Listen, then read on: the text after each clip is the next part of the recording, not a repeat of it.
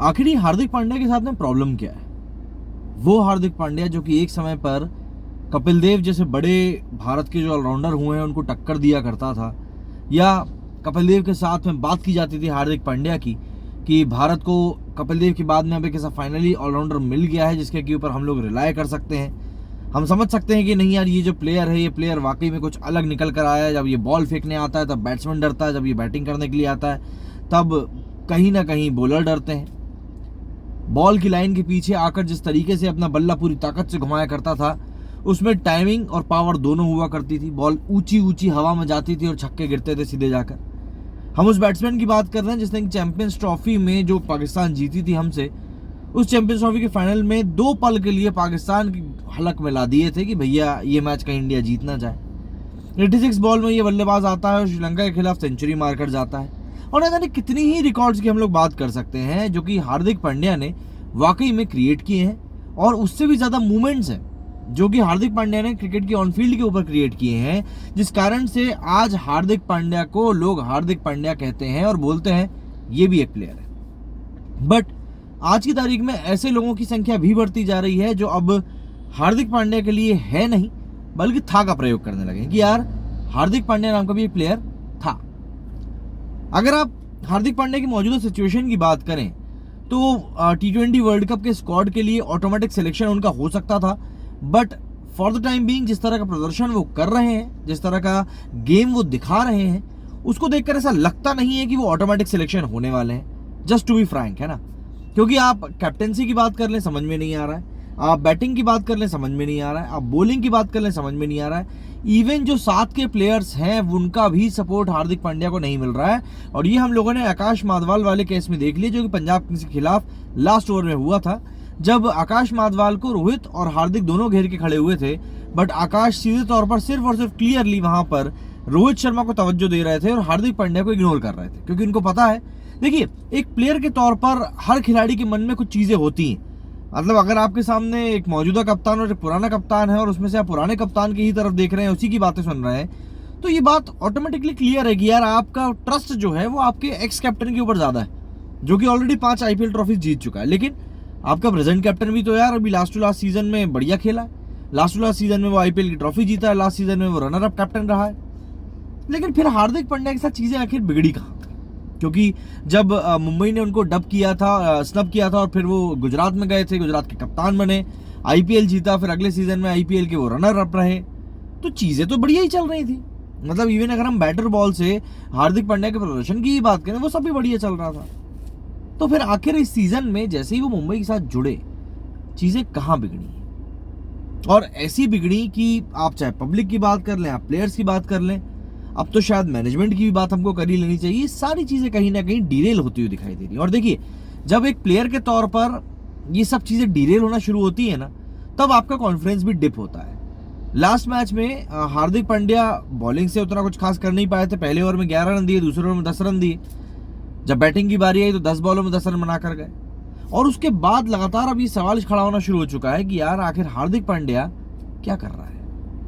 वो हार्दिक पांड्या कहाँ गया जिसको कि पब्लिक एडमायर किया करती थी? वो हार्दिक पांड्या कहाँ गया जो जब मैदान पर रहता था तो ये माना जाता था कि नहीं यार ये बंदा अभी कुछ कर देगा?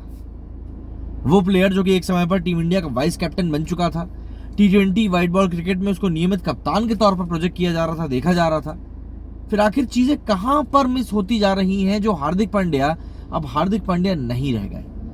आप देखेंगे एक समय पर कृणाल पांड्या को लेकर बहुत बातें होती थी, टीम इंडिया की तरफ से खेले भी वो, बट आज की तारीख में वो सिलेक्शन की स्कीम में आसपास दिखाई दे नहीं रहे। एंड अगर जिस तरह का अभी रवैया हार्दिक पांड्या का चल रहा है, अगर ऐसा ही चलता रहा तो ये कोई बहुत बड़ी सरप्राइज की बात नहीं होगी कि हार्दिक पांड्या भी हमको स्कीम में ना दिखाई दे। कारण सिंपल सा वही रहेगा कि जो चीजें जिस तरीके से होनी चाहिए थी उस तरीके से नहीं हो रही। Hardik Pandya as a player कहीं ना कहीं अपने करियर में एक बहुत बुरा डिप देख रहे हैं, और मुंबई इंडियंस के साथ जुड़ जाने के कारण जो पब्लिक की थ्रैशिंग उनको झेलनी पड़ी है, कई लोग इस चीज से एग्री नहीं करेंगे क्योंकि रिपोर्ट सामने आती है जिसमें बोला जाता है कि हार्दिक पांड्या को इन सब बातों से फर्क नहीं पड़ता। लेकिन just to be on a common note, हम लोग एक बात समझ सकते हैं कि जब आप ग्राउंड पर मौजूद होते हैं, हजारों की संख्या में पब्लिक आपके पीछे नहीं बल्कि आपके सामने खड़े होकर आपके ऊपर चिल्ला रही होती है, तब आप कहीं ना कहीं तो कॉन्फिडेंस लूज करते हैं। उस पॉइंट ऑफ टाइम पर आपके दिमाग में ये बात पॉसिबल ही नहीं है कि ना है कि यार ये पब्लिक मेरे को क्यों आखिर इतना बू कर रही है। ये सब चीजें कहीं ना कहीं एक प्लेयर के दिमाग में चलती हैं, और जब एक प्लेयर के दिमाग में ये सारी चीजें आती हैं तो ये सारी चीजें मतलब सीधे तौर पर हमको दिखाई देती हैं कि किस तरीके से उसका परफॉर्मेंस डिप हो रही है। आप आज की तारीख में हार्दिक पांड्या की आप बॉलिंग की बात कर लें, आप बैटिंग की बात कर लें, दोनों में ही बंदा फ्लॉप दिखाई दे रहा है। मुंबई इंडियंस को लेकर कहा जा रहा है कि शायद अंबानी जी ने जिंदगी में पहली बार घाटे का सौदा किया है। 15 करोड़ में दरअसल हार्दिक पांड्या को ट्रेड किया गया था गुजरात से मुंबई इंडियंस में, और उसके बाद ही उनको कप्तानी सौंप दी गई थी। रातों रात रोहित शर्मा को कप्तानी से हटा दिया गया था। पब्लिक खासी नाराज हुई थी, और चीजें उसके बाद इसी तरीके से एस्केलेट होती जा रही हैं। अब जब तक चीजें सेटल डाउन होंगी तब तक शायद सीजन ही खत्म हो चुका होगा, और अगले सीजन में तो ऐसे ही मेगा ऑक्शन होना है, और काफी सारे खिलाड़ियों को लेकर काफी सारी तरह तरह की बातें चली रही हैं। इवन अगर हम लोग बात करें कप्तान की, अगर हम लोग बात करें, जायसवाल ने मुंबई के खिलाफ सेंचुरी मारी, बंदे ने सेंचुरी मारी, मैच खत्म हुआ, और आया किसके पास? वो रोहित शर्मा के पास में। रोहित शर्मा को जो रिस्पेक्ट मिल रही है प्लेयर्स से, वो रिस्पेक्ट साफ तौर पर बताता है कि रोहित शर्मा का जो स्टेटस है वो एक टीम के कप्तान से कहीं ज्यादा बढ़कर एक टीम में बड़े भाई वाला बन चुका है, कि प्लेयर्स रोहित शर्मा की तरफ देखते हैं कि नहीं यार ये है हमारे साथ में। जो बैकिंग रोहित शर्मा से मिलती है कहीं ना कहीं वो लोगों को काफी ज्यादा पसंद आती है।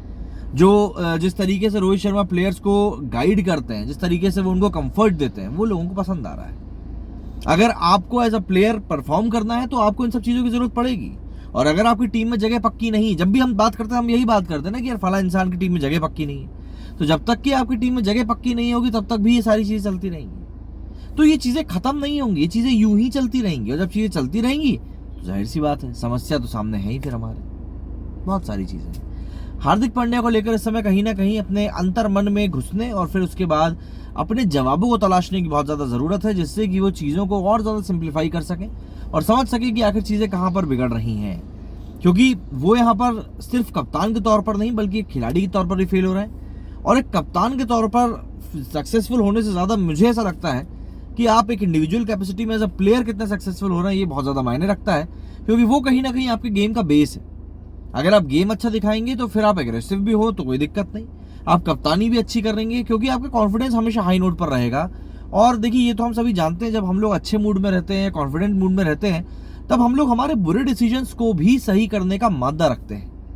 ये एक बहुत ही सिंपल सा फैक्ट है, सिंपल सी थ्योरी है जो कि कई 100 सालों से चली आ रही है, और मुझे लगता है कि अब हार्दिक पांड्या को भी अपने इसी एक पॉइंट के ऊपर काम करना पड़ेगा, जिससे कि उनको वो कॉन्फिडेंस मिल सके या वो टैक्टिक्स को अप्लाई कर सकें जो कि शायद करने के बाद में उनकी परफॉर्मेंस में एक अच्छी खासी बढ़ोतरी हमको देखने के लिए मिलेगी। क्या लगता है आपको T20 वर्ल्ड कप में सिलेक्शन को लेकर हार्दिक पांड्या के बारे में? कमेंट करके जरूर बताइएगा। मेरे वीडियो फिलहाल इतना ही। जय हिंद, जय भारत।